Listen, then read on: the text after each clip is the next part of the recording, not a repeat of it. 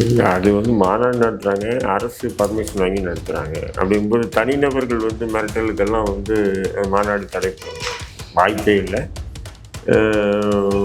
சில பேர் இருப்பாங்க. எதிர்ப்புகள் என்பது எதிர்ப்புகளே இல்லாத அரசியல் பார்த்தீங்கன்னா உலகத்திலே இல்லை. அதனால் சீமான் நாம் தமிழ் கட்சிக்கும் எதிர்ப்புகள் இருக்குது. அப்படி இருக்கும்போது அந்த எதிர்ப்புகள் இந்த மாதிரி கூட சில இடங்களில் பரிணாமிக்கும். ஆனாலும் அது காவல்துறை இருக்குது, அரசு நிர்வாகம் இருக்குது. அதை மீறி எந்த தனிநபர்களும் தடுத்து விடுற அளவுக்கு தமிழ்நாட்டில் இந்தியாவில் இல்லை. அதே நேரத்தில் இந்த மாதிரி விஷயங்கள் தவறானது தான் நான் பார்க்குறேன். தவறான முன்னுதாரணங்கள் தான் இது. அப்படியே தொடர்ந்து என்ன செய்யலை. இப்போ அடுத்து நாம் தமிழ் கட்சி என்ன பண்ணுறாங்க, அடுத்த ஒரு நிகழ்ச்சி, அந்த நிகழ்ச்சியில் இதேமாரி வரானுங்க இவனுங்க, நிச்சயம் இவனுங்க எதனா பண்ணுவானுங்க. எல்லாம் பிரச்சனையே பண்ணோட நம்ம எதனா பண்ணுவோம். நம்ம 20-30 பேர் வாங்கணும்னா இவங்க வருவாங்க, அதேமாரி அவங்க வருவாங்களா, நம்மளும் வருவோம். அப்போ இது எங்கே போயிடுச்சு? எல்லாமே பார்த்திங்கன்னா ஒரு விதமான நிறைவேற்றி தான். எங்கேயோ ஒருத்தன் இயக்குறான், இவங்கெல்லாம் இயங்குறாங்க, மக்கள் சாகிறாங்க. இப்படி தான் நம்ம பார்க்கணும். இப்போ இதுக்கு நடுப்புற தான் நாம் தமிழ் கட்சி மக்களுக்கான மண்ணுக்கான அரசியலை முன்னே கொண்டு போகுது. இதை தடுக்கிறதுக்கு அழிக்கிறதுக்கு நிறைய பேர் காத்துட்டு இருக்காங்க. ஏன் ஆதரிக்கிற என்னையே எத்தனை பேர் மிரட்டுறாங்க. நாம் தமிழ் கட்சி சீமானை பொறுத்தவரை ஒரு விஷயம் தெளிவாக இருக்காரு சார். என்னன்னா இதுதான் கொள்கை, இது ஓட்டு போட்டால் போதும், போடா வச்சுப்போம். நான் யாரையுமே எனக்கு ஆதரிங்கன்னு சொல்ல மாட்டேன். எனக்கு ஆதரிங்கன்னு யாரையுமே நான் போய் கேட்க மாட்டேன். நான் யார் கூடவும் போக மாட்டேன். இதுதான் நாம் தமிழ் கட்சியுடைய கொள்கை. அந்த கொள்கை இப்போ நான் இருக்கிற வரையிலும் வெற்றி கிடைக்கலாம், எனக்கு பிறகாவது வெற்றி கிடைக்கும் இல்லையா அப்படின்ற விஷயத்தில் தெளிவாகவே இருக்காங்க. புரியுதுங்களா? அதனால் அது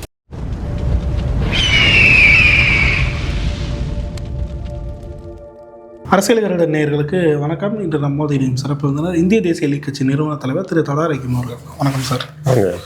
சார், நாம் தமிழ் கட்சி மாற்றத்தை விரும்பும் மக்களின் மாநாட்டை பிப்ரவரி 21 வச்சுருக்காங்க. மாநாட்டுக்கான வேலைகள் தொடங்கியிருக்கு. சீமான் அவர்களே நேரடியாக போய் களத்தல ஆய்வு செஞ்சுட்டு இருக்க வேலையில் இப்போது காலையிலேருந்து ஒரு சில வீடியோக்களை பார்க்க முடியுது. திருச்சியில் நீ எப்படி மாநாடு நடத்திடுவேன் நான் பார்க்குறேன் அப்படின்ற மாதிரி மிரட்டல் துறையில் பல பேர் வீடியோ வெளியிடுற மாதிரி வீடியோக்கள் சமூக வலைத்தளங்களில் பார்க்க முடியுது. எப்படி பார்க்குறீங்க இந்த விஷயத்தை? இல்லை, அது மாநாடு நடத்துகிறாங்க, அரசு பர்மிஷன் வாங்கி நடத்துகிறாங்க. அப்படிங்கும்போது தனிநபர்கள் மிரட்டலுக்கெல்லாம் மாநாடு தடைப்படும் வாய்ப்பே இல்லை. சில பேர் இருப்பாங்க. எதிர்ப்புகள் என்பது எதிர்ப்புகளே இல்லாத அரசியல் பார்த்திங்கன்னா உலகத்திலே இல்லை. அதனால் சீமான் நாம் தமிழ் கட்சிக்கும் எதிர்ப்புகள் இருக்குது. அப்படி இருக்கும்போது அந்த எதிர்ப்புகள் இந்த மாதிரி கூட சில இடங்களில் பரிணாமிக்கும். ஆனாலும் அது காவல்துறை இருக்குது, அரசு நிர்வாகம் இருக்குது. அதை மீறி எந்த தனிநபர்களும் தடுத்து விடுற அளவுக்கு தமிழ்நாட்டில் இந்தியாவில் இல்லை. எங்கேயுமே தனிநபர்கள் ஒரு மாநாடு தடுக்கிறதோ அல்லது ஒரு மாநாட்டை சட்ட ரீதியாக மூவ் பண்ணலாம், சட்ட கோர்ட்டில் போடலாம். அதெல்லாம் இப்போ டூ மச். நாளைக்கு நடக்க போகுது 21 இல்லைங்களா? நாளைக்கு நடக்க போகிற நிகழ்ச்சிக்கு இனி ஒன்றுமே பண்ண முடியாது. மற்றபடி அதை தடை பண்ணுறதுக்கெல்லாம் அரசோட பண்ணலாம், காவல்துறை பண்ணலாம். ஆனால் அப்படி ஓப்பன் ஸ்டேட்மெண்ட்டாக வைக்கிறாங்களா சார் மிரட்டல் தோணி? ஆனால் அரசு எந்த வித நடவடிக்கையும் எடுக்காமல் இருக்காங்க. அவங்க மீது புகார் கொடுத்தாங்கன்னா எஃப்ஐஆர் போடுவாங்க, நிச்சயம் நடவடிக்கை எடுப்பாங்க. எடுக்காம இன்றைக்கி எடுக்கலாம் கூட, டிஎம்கே கவர்மெண்ட் இருக்குது, இன்றைக்கி எடுக்கலாம் கூட, நாளைக்கு ஆட்சி மாறிச்சுன்னா அவங்களுக்கு அதெல்லாம் சிக்கல். அது நிறைய பேருக்கு தெரிய மாட்டேங்குது. எப்படி இருந்தாலும் சரி, இப்போ நமக்கு கவர்மெண்ட் என்ன தான் சப்போர்ட்டாக இருந்தாலும் சரி, நாளைக்கு ஒரு வழக்கு பதிவு செஞ்சுட்டு காவல்துறை பொறுத்த கரெக்டாக இருக்கும், வழக்கு பதிவு செஞ்சு விட்டுருவோம். இந்த கவர்மெண்ட்டு மேலிட ப்ரெஷரு நடவடிக்கை எடுக்கலை, அடுத்த கவர்மெண்ட் நடவடிக்கை எடுக்க சொன்னால் எடுத்துகிட்டு போவோம் சொல்லி அப்போ இவங்களுக்கு தெரியாது நிறைய பேருக்கு. இப்போ நிறைய பேர் ஆட்டம் போடுறாங்க. இப்போ யூடியூப்பில் கூட நம்ம பார்த்தீங்கன்னா இந்த முக்தாரெல்லாம் பயங்கர ஆட்டம் போடுறாங்க. அவங்க மேலே நிறைய பேர் இருக்குது. ஆனால் போலீஸ் சொல்ல மாட்டான், உனக்கு இவ்வளோ எஃப்ஐஆர் இருக்குது, நீ போய் கோட்டை கம்முன்னு விட்டுருவான். அவங்களே எஃப்ஐஆர் போட்டதையும் அவங்களுக்கு தெரியாது. அடுத்த ஆட்சி மாறும்போது தூக்கிட்டு போய் ரிவிட் அடிப்பானுங்க.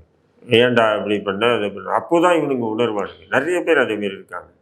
அதனால் இதெல்லாம் காவல்துறையை பொறுத்தவரையில் இந்த மாதிரி வழக்கு உடனே கூட போட மாட்டாங்க. சில பேர் ப்ரெஷர் இருக்கும் பேக்கில் ஏதாவது, அதனால் விட்டுருவாங்க. அதுக்கப்புறம் அவனுக்கு உண்டான ரிவெட்டி இருக்குது. ஆனால் இந்த ஆட்சி காலத்தில் சார் குறிப்பாக ஆளுங்கட்சிக்கு எதிராக கருத்தியல் ரீதியாக யாருன்னா குற்றச்சாட்டுகள் வச்சா அதற்கு பதிலாக வந்து இந்த மாதிரி மிரட்டல் விழுவுறது, தனிநபர் தாக்குதல் பண்ணுறது, நேரடியாக அவங்கள தாக்குறது, இந்த மாதிரி விஷயங்களை தான் வந்து பண்ணி தராங்க. இப்போது சமீபத்தில் கூட நாம் தமிழர் கட்சி ஒரு கருத்தரங்கத்தில் வந்து கலந்துக்கிறாங்க. அங்கே வந்து செருப்பு தூக்கி வீசுறது, இந்த மாதிரி விஷயங்கள்லாம் பண்ணியிருந்தாங்க. இந்த விஷயங்கள்லாம் எப்படி பார்க்குறதுன்ற கேள்வி இல்லை, இருக்கு. உண்மையிலே அதெல்லாம் வந்து தவிர்க்கப்பட வேண்டியது. இது தொடர்ந்துன்னு சொன்னால், இப்போ நீங்கள் வந்து இந்த மாதிரி ஒரு நிகழ்ச்சி நடக்குது, 10-20 பேர் வந்திருக்கீங்கன்னும் போது, அடுத்த நிகழ்ச்சி நடக்கும்போது அவங்க ஒரு 20-30 பேர் வருவாங்க. அப்போ இதனால் சட்டம் ஒழுங்கு பிரச்சனை தானே வரும். அப்புறம் ஊடகங்களுக்கு அவங்க வந்து எந்த காரணத்துக்காக அந்த நிகழ்ச்சி நடத்துகிறாங்க, வியூவர்ஸ் கூட்டணும், டிஆர்பி ரேட் ஏற்றணும்னு சொல்லி, கடைசியாக அதுவே தடை செய்யப்படும். ஒருத்தர் பேசுகிறாரு, அந்த கருத்து வந்து சரியில்லைன்னு சொன்னால் இன்னொரு கருத்து பேசணும். அதுதான், அது மறுத்து பேசலாம். பேசுறதுக்கும் உரிமை இருக்குது, மறுத்து பேசுறதுக்கும் உரிமை இருக்குது இல்லைங்களா? அதேமாதிரி சீமான் வந்து திராவிடத்தை எதிர்க்கிறாரு, தமிழ் தேசியத்தை வந்து தமிழ்நாட்டில் வந்து கொண்டு வரணும்னு நினைக்கிறாரு. இன்னொருத்தர் வந்து இல்லை, திராவிடம் தான் தேவை, தமிழ் தேசியம் தேவையாற்றுறது அப்படின்னு கூட பேசுறதுக்கு உரிமை இருக்குது. எல்லாத்துக்கும் எல்லா விஷயங்களுக்கும் உரிமை இருக்குது. அதுதான் கருத்து சுதந்திரம்ன்றது. அப்போ ஊடகத்தில் போய் உட்காந்து விவாதம் பண்ணும்போதே வந்து வன்முறை தோன்ற விதமாக வந்து நான் என்ன சொல்கிறேன், பெரியார் ஒரு கருத்தை சொன்னதாக சொல்லப்படுகிறது. அந்த கருத்து சொன்னாரா, சொல்லலையா, அது பொய் பிரச்சாரமா அப்படின்றது நீங்கள் பதிலடி கொடுக்கறது தான் இருக்குது. அதை விட்டு நீங்கள் வன்முறை மூலமா பதிலடி கொடுக்க முடியாது இல்லைங்க. அப்போது அந்த பெரியாரிய அந்த எதிர்ப்பாளர் இருக்க பார்த்தீங்களா, அவருக்கு இன்னும் வெறித்தனமான பெரியாரை பற்றி எதிர்ப்பு வரும். அப்போது இன்னும் பொதுதளத்தில் பெரியார் வந்து மோசமாக சித்தரிக்கப்படுவார். அப்போது பெரியாரிய ஆதரவாளர் என்ற பொருளில் இவங்க நடத்தக்கூடிய இந்த அத்துமீறலை தவறான, இது பெரியாரே ஏற்றுக்கல. நான் ஒன்று சொல்கிறேன்னா அதை அப்படியே ஏற்றுக்கணுன்ற அவசியம் இல்லை. அதை எதிர்த்து பேசுறதுக்கு எதிர்க்கிறதுக்கு முடிவு உரிமை மற்றவனுக்கு இருக்குன்னு சொல்லிட்டு போயிருக்காரு. அப்படி இருக்கும்போது பெரியாரிய கருத்தை வந்து பெரியார் அப்படி சொல்லலை அப்படின்னு சொன்னால் நீ அடுத்த கூட்டம் போட்டு பேசு, அல்லது உனக்கு கொடுக்கக்கூடிய வாய்ப்பில் நீ பேசலாம். நான் பெரியாரிய சிந்தனைக்கு எதிரானவன் அல்ல. நாம் தமிழர் கட்சி பெரியாரிய கொள்கை, திராவிட கொள்கைக்கு எதிரான, நான் எதிரானவன் இல்லை. நம்ம காணொலியிலே சொல்லியிருக்கீங்க. அதே நேரத்தில் வந்து இந்த மாதிரி விஷயங்கள் வந்து தவறானது தான் நான் பார்க்குறேன், தவறான முன்னுதாரணங்கள்லாம். இது அப்படியே தொடர்ந்துன்னு வச்சுக்கலாம். இப்போ அடுத்து நாம் தமிழர் கட்சி என்ன பண்ணுறாங்க, அடுத்த ஒரு நிகழ்ச்சி, அந்த நிகழ்ச்சியில் வந்து இதேமாரி வரானுங்க இவனுங்க, நிச்சயம் இவனுங்க எதனா பண்ணுவானுங்க, அதெல்லாம் பிரச்சனையே பண்ணோட நம்ம எதனா பண்ணுவோம். நம்ம 20-30 பேர் வாங்கன்னு சொன்னால் இவங்க வருவாங்க, அதேமாரி அவங்க வருவாங்களா, நம்மளும் வருவோம். அப்போ இது எங்கே போய் முடியும் சொல்லுங்க? ஆரோக்கியமான அரசியலை தமிழ் மண்ணில் தமிழ் மண்ணில் கொண்டு போகணுன்ற அடிப்படையில் நீங்கள் உருவாக்கப்பட்ட இந்த விவாதங்கள் கடைசியாக அது வன்முறையில் போய் முடியுதுன்னு சொன்னால் எந்த வகையும். அதனால் ஸ்ரீதர் அன்றைக்கி நடந்த நிகழ்ச்சி ஸ்ரீதர் கலந்துக்கிட்டு அவர் ஏதோ கருத்து சொல்ல வர கேட்காம அவர் அடிக்கிறேன்னு சொல்கிறது, அவரை உன்னை விட மாட்டேன்னு சொல்கிறது, இதெல்லாம் வந்து தவிர்க்கப்பட வேண்டிய வார்த்தை. குறிப்பாக சார், இப்போது மாநிலத்துக்கான வேலைகள் ஆரம்பித்து போயிட்டுருக்கு. நான் பல விஷயங்கள் வந்து அதில் 234 தொகுதிகளுக்கு வேட்பாளர் வந்து அறிவிக்க போகிறேன் அப்படின்ற மாதிரி ஒரு விஷயங்கள்லாம் சொல்லிட்டு வர்றாரு. இந்த விஷயத்தை வந்து இப்போது டைம்ஸ் ஆஃப் இந்தியா இருக்கட்டும், இந்தியா டுடே போன்ற தேசிய ஊடகங்கள் வந்து ஒளிபரப்புறது வந்து பார்க்க முடியுது காலையிலேருந்து சமூக வலைத்தளங்கள். ஆனால் இங்கே திமுக, அதிமுக இருக்கட்டும், இல்லை இப்போ புதுதாக வரக்கூடிய தாவேகா இருக்கட்டும், அவங்க மாநாடு போட்டாலும் சரி, பொதுக்கூட்டம் போட்டாலும் சரி, வீட்டிலேருந்து அந்த மாநாடு முடிகிற வரைக்கும் ஃபுல் கவரேஜ் பண்ணக்கூடிய இங்கே இருக்கக்கூடிய தமிழக மீடியாக்கள் வந்து நாம் தமிழர் மாநாட்டை பற்றி ஒரு சின்ன செய்தி கூட இது வரைக்கும் போடாமல் இருக்காங்க. இந்த விஷயத்தை எப்படி பார்க்குறீங்க? நேஷனல் மீடியாஸ் வந்து பார்க்குறாங்க, ஆனால் இங்கே இருக்க மீடியாக்கள் வந்து இங்கே இருக்க மீடியா கூட போடுறாங்க. ஆனால் விஜய்க்கு கொடுக்கக்கூடிய ப்ரொமோஷன் சீமானுக்கு கொடுக்கல. விஜய்க்கு வந்து ஓவர் ப்ரமோட் பண்ணுறாங்க. அது என்ன காரணன்றது தெரில. ஏன்னு சொன்னால் விஜயுடைய ரசிகர்கள் எல்லாம் வந்து சோசியல் மீடியாவில் தான் இருக்காங்க, புரியுதுங்களா? அதனால் வந்து அதை வந்து டிஆர்பி ரேட் ஏற்றுறதுக்கோ வியூவர்ஸை கூட்டுறதுக்காகவோ அந்த மாதிரி செய்யறதை நான் பார்க்குறேன். ஏன்னு சொன்னால் இந்த விக்ரவாண்டி மாநாட்டிலலாம் பார்த்தீங்கன்னா புல்டோசர் வச்சு இடம் நிறவுனது முதல் கொண்டு டிவியில் தலைப்பு செய்தியாக காட்டினாங்க. ஒரு மாநாடு போடுறாங்கன்னா அந்த இடத்தை சரிப்படுத்துவது அந்தந்த கட்சியினுடைய நிலை இல்லையா, அதை கூட தலைப்பு செய்தியாக போடுறாங்க. புல்டோசர் வச்சுக்கிறாங்க. கொடி நட்டார், எங்கே கொடி நட்டார்? மெயின் கொடி இல்லை, தெருவில் கொடி நட்டார். இப்படி வந்து பார்த்தீங்கன்னு சொன்னால் போட்டு போட்டு போட்டு போட்டு மக்கள் மத்தியில் வந்து ஒரு பூஸ்ட் பண்ணி அதனால் இளைஞர்கள் 7 பேர் செத்தானுங்க. அதேமாதிரி தான் கரூரில் கூட இந்த மீடியாவுடைய முக்கியமான ஒரு இது இருக்குது. மீடியா தான் காரணம். 41 பேர் செத்ததுக்கு விஜய் காரணம்னு நம்ம எப்படி குற்றம் சாட்டுறோமோ அதே மீடியாவும் ஒரு காரணம். ஏன் அப்படி ப்ரொமோட் பண்ணுறீங்க? நீங்கள் ப்ரொமோட் பண்ணுறது தானே அந்த இளைஞர்களுக்கு போய் அவங்க எல்லாமே ரசிகர்கள் அங்கே வராங்க. அவங்க அந்த டிஆர்பிக்காக நீங்கள் எதையும் பண்ணுவீங்களா? அப்போ இதுக்கு பொறுப்பு நீங்கள் தானே. 41 பேர் செத்துறதுக்கு யார்? ஊடகங்கள்ல பொறுப்பு. ஊடகங்களும் விஜய் தான் பொறுப்பு, அரசோ அல்லது மற்ற யாரும் பொறுப்பு இல்லை. புரியுது. நீங்கள் ஊடகங்கள் புறக்கணிச்சிருந்தா நீங்கள் நடுநிலையாக நடந்தது இதேமாரி தான் வந்து எல்லாருடைய பிரச்சாரத்தை இப்படி தான் நீங்கள் கொண்டு போகிறீங்களா? இல்லை. அதிமுக பொதுச் செயலர் எடப்பாடிக்கு இப்படி தான் கொண்டு போகிறீங்களா? இல்லை ஆளும் கட்சி முதல்வருடைய பிரச்சாரத்தை இப்படி தான் கொண்டு போகிறீங்களா? அல்லது வேறு எந்த இதுக்கு நீங்கள் இப்படி கொண்டு போகிறீங்க? ஏன் வந்து இப்படி ப்ரமோட் பண்ணி கடைசியாக வந்து ஒரு 41 பேர் செத்தான். இப்போ கடைசியாக சேலத்தில் கூட ஒருத்தர் செத்துருக்கான். இன்னும் எத்தனை பேர் பலி கொடுப்பீங்கன்னு தெரியாது. அது விஜய் காரணம்னா அதுக்கு ஊடகங்கள் ஒரு முக்கிய காரணம். ஊடகங்கள் தேவையில்லாமல் வந்து ஏன் அவன் வாட்டும் போட்டு போகிறான், அவனுடைய ஊடகத்தில் போட்டுக்கிறான், விட்டு போக வேண்டியதானே நீங்கள்? அதை ஏன் அந்தளவுக்கு ப்ரமோட் பண்ணுறீங்க நீங்கள்? புரியுது சார். ஆனால் இப்போது திமுக தான் இங்கே இருக்கக்கூடிய ஊடகங்களை வந்து லாபி பண்ணி கையில் வச்சுருக்காங்க அப்படின்ற ஒரு விஷயம் வந்து போயிட்டு இருக்கும்போது நாம் தமிழர் கட்சிக்கு வந்து ஊடக வெளிச்சம் வந்து கிடைப்பதில்லை, அது வெட்ட வெளிச்சமாக இருக்குது. ஆனால் விஜய்க்கு மட்டும் எப்படி? ஏன்னா அவரும் திமுக அரசை எதிர்த்து தான் அரசியல் பண்ணுறாரு, அவருக்கு மட்டும் எப்படி கொடுக்குறாங்கன்ற ஒரு அதான் திரைப்பிரபலம்னு ஒன்று இருக்கு இல்லையா, மீடியா. அந்த அதாவது ஒரு சோஷியல் மீடியாவில் ஒரு ஃபிகர் சினிமாவில் நடித்தவர். எப்போவுமே சினிமாவில் நடித்தேன்னா சினிமா பிரபலம்னு சொன்னால் மக்கள் பார்க்குறதுக்கு ரொம்ப ஆர்வமாக இருப்பாங்க. புரியுதுங்களா? இல்லை நம்ம வீட்டில் நம்ம பொண்டாட்டிகளோ நம்ம அக்காவுக்கோ தங்கச்சியோ வந்து குழந்தை பிறந்தா கூட அது செய்தியாக வராது, அதிசயமாக பார்க்க மாட்டோம். நடிகைக்கு குழந்தை பிறந்ததுன்னா பேப்பரை புரட்டி பார்ப்போம். நடக்குதா இல்லையா? அப்படி எல்லா இடத்துலையும் அப்படி நடக்குது. அப்போ அந்த மாதிரி ஒரு சினிமா பிரபலம் என்பது அது மக்கள் மத்தியில் வந்து ஒரு ப்ரொமோஷன் மாரி இருக்குது. அதனால் என்ன பண்ணுறாங்கன்னா விஜய் செய்தியை வந்து ஆளுங்கட்சி எதிர்கட்சி எல்லாமே சேர்த்தே ஒளிபரப்புகிறாங்க. புரியுதுங்களா? அதெல்லாம் மாற்று கருத்து இல்லை. ஆனால் என்னை பொறுத்தவரையிலும் இந்த மாதிரி விஷயங்களை ஊடகங்கள் கண்ணியத்தோடு ஆனால் அந்த மாதிரி எண்ணம் ஊடகங்களுக்கு அறம் பண்ணுறதெல்லாம் இல்லை. நியாயம் எது அநியாயம் எதுன்றது இல்லை. இப்போ விவாத நிகழ்ச்சியில் கூட பார்த்தீங்கன்னு சொன்னால் இன்றைக்கி கூட வந்து பார்த்திங்கன்னா ஃபைல் வந்து இன்றைக்கி உலகம் முழுக்க வந்து பெரிய ஒரு அனல் வீசி பறந்துட்டு இருக்குது. அதை பற்றி இங்கே ஊடகங்கள் விவாதிக்க சொல்லுங்கள். ஏன்னா பயம். ஏன்னா இங்கே மோடியை பற்றி விவாதிக்கிறது யாருக்கு தெம்பு இருக்குது? திமுக ஊடகங்களுக்கு தெம்பு இருக்கா? இல்லை. திமுக பாசிசத்தை எதிர்க்கக்கூடிய ஒரே சக்தி யாருக்கு? எங்களுக்கு தான் இருக்கின்ற. இதே பாசிசத்தை எதிர்க்கக்கூடிய ஒரே சக்தி திமுக இருக்குன்னா திமுகவினுடைய ஊடகங்களான சன் டிவியோ கலைஞர் டிவியோ இதை பற்றி விவாதம் பண்ண சொல்லுங்கள். நேற்று கூட பார்த்தீங்கன்னா முன்னாள் அரசர் ஆண்ட்ரூடைய வந்து கைது பண்ணியிருக்காங்க. அந்த ஜெப்ரி லண்டனுடைய இது என்ன இப்படி வந்து எல்லா நாடுகள்லையும் இது மாதிரி நடந்துட்டுருக்கு. அப்போ வந்து நம்முடைய பிரதமர் கூட பேசுறது எல்லாமே வந்து சோசியல் மீடியாவில் வந்துச்சுங்கும்போது அதை பற்றி ஏன் பொதுதளத்தில் விவாதத்தமாக கொண்டு வரது சொல்லுங்க. ஒருத்தன் பேச சொல்லுங்க. திமுக பயங்கரமான ஆள் தான். நீ நிறைய ஆண்மை உள்ளவன். பாஜகவை எதிர்க்குது இந்தியாவிலே நம்ம ஸ்டாலின் மாதிரி வேறு யாருமே இல்லைன்னு சொல்கிறீங்களா இல்லையா? ஏன் ஜெப்ரியை பற்றி பேசவே இல்லை? ஸ்டாலின் மூடில் இருக்காரு. வரவேற்கிறாரா? அது தெரியலையே.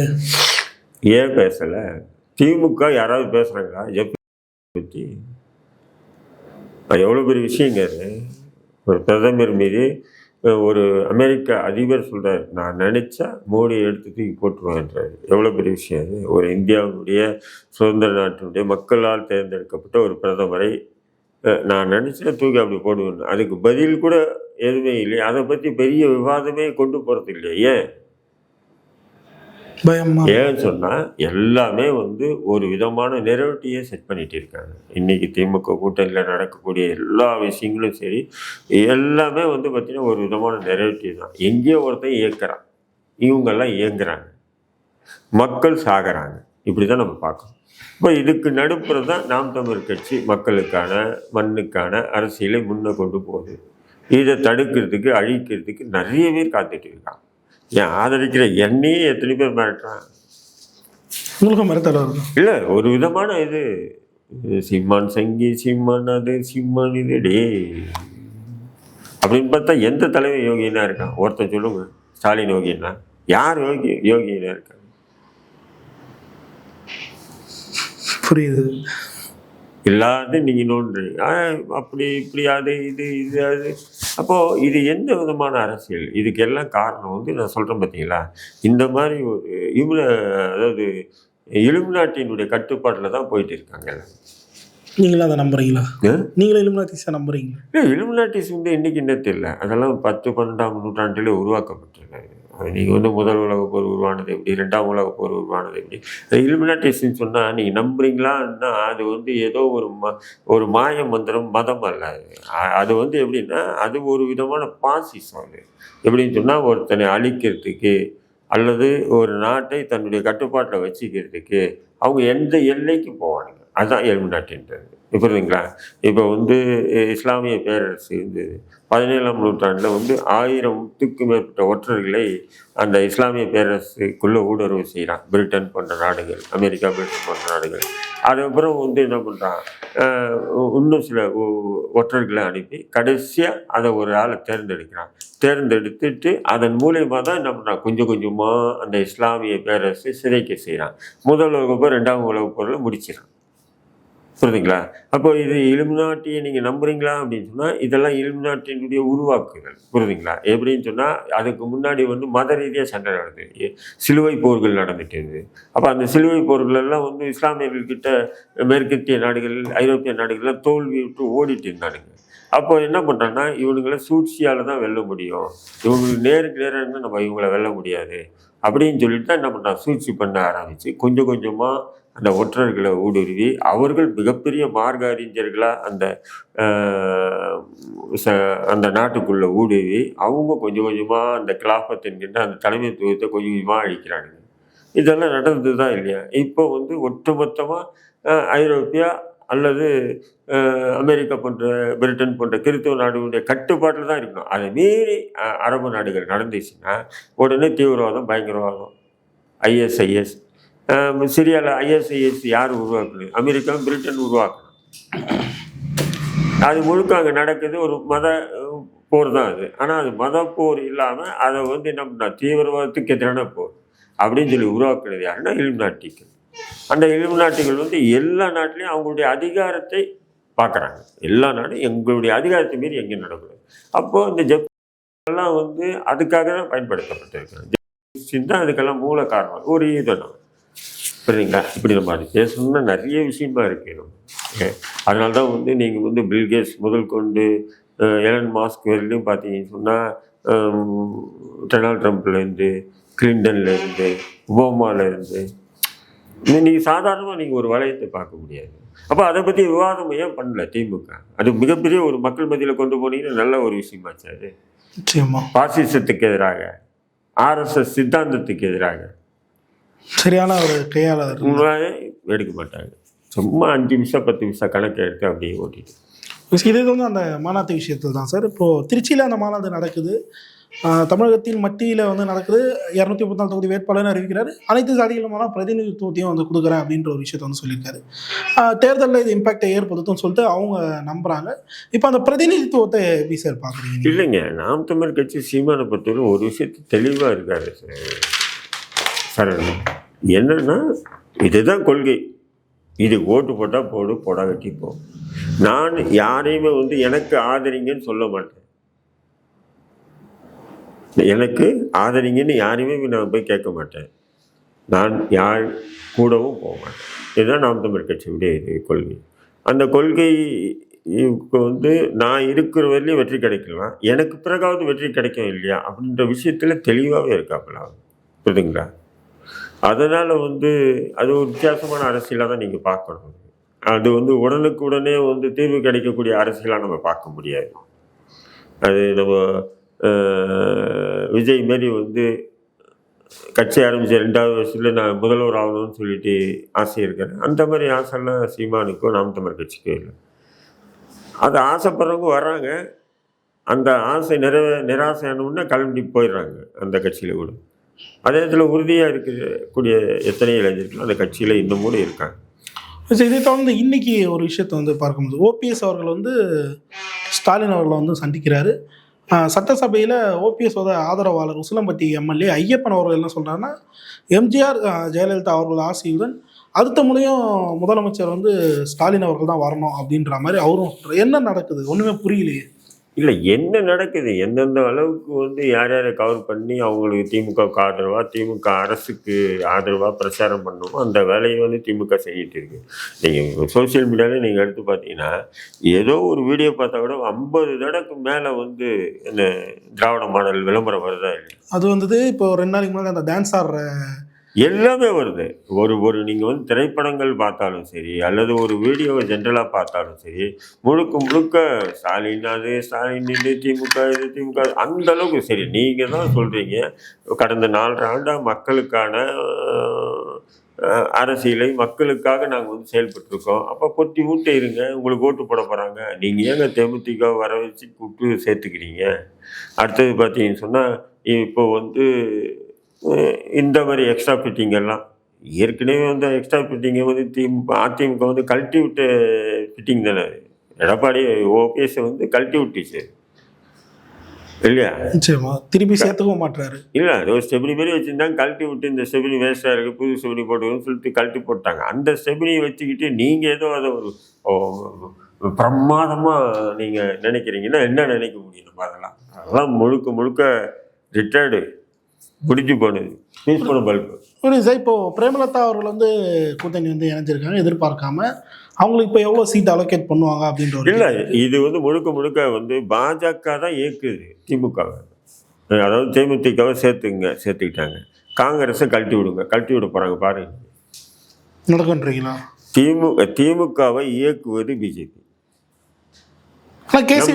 நம்புவீங்களா? ஆனால் பாஜக வந்து கூட்டணி அதிமுக ஒன்று, ஆனால் இயக்குறது வந்து, ஏன்னா பாஜகவை பொறுத்தவரை என்ன, தமிழ்நாட்டில் யார் ஜெயிக்கிறாங்கன்றது முக்கியம் இல்லை, அகில இந்திய அளவுக்கு வந்து முக் பாரத் காங்கிரஸ் என்ற அந்த கோஷத்துக்கு வெற்றி கிடைக்கும். புரியுதுங்களா? இப்போ அதனால தான் வந்து என்ன பண்ணுறாங்க பாருங்கள், மம்தா பானர்ஜி குரல் கொடுக்குறாங்க. என்னென்ன, இந்திய கூட்டணிக்கு தலைமையை மாற்றணும், காங்கிரஸ் விட்டால் யார் தலைமை வர முடியும் சொல்லுங்கள்? ஸ்டாலின் அவர்களை தலைவராக போடணும்னு சொல்கிறாங்க. இது எல்லாமே பாஜகவுடைய திட்டம்.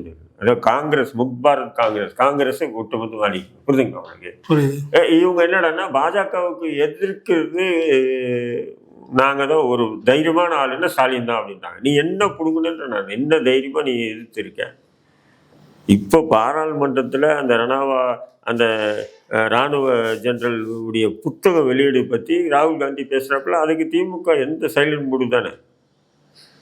இப்போ சொன்ன அந்த ஜெப்ரி விஷயம் வந்து சைலண்ட் மூடு தானே. வேற என்னத்துக்காக நீங்கள் வந்து பாஜகவை எதிர்க்கிறீங்க? தமிழகத்தில் மட்டுமா?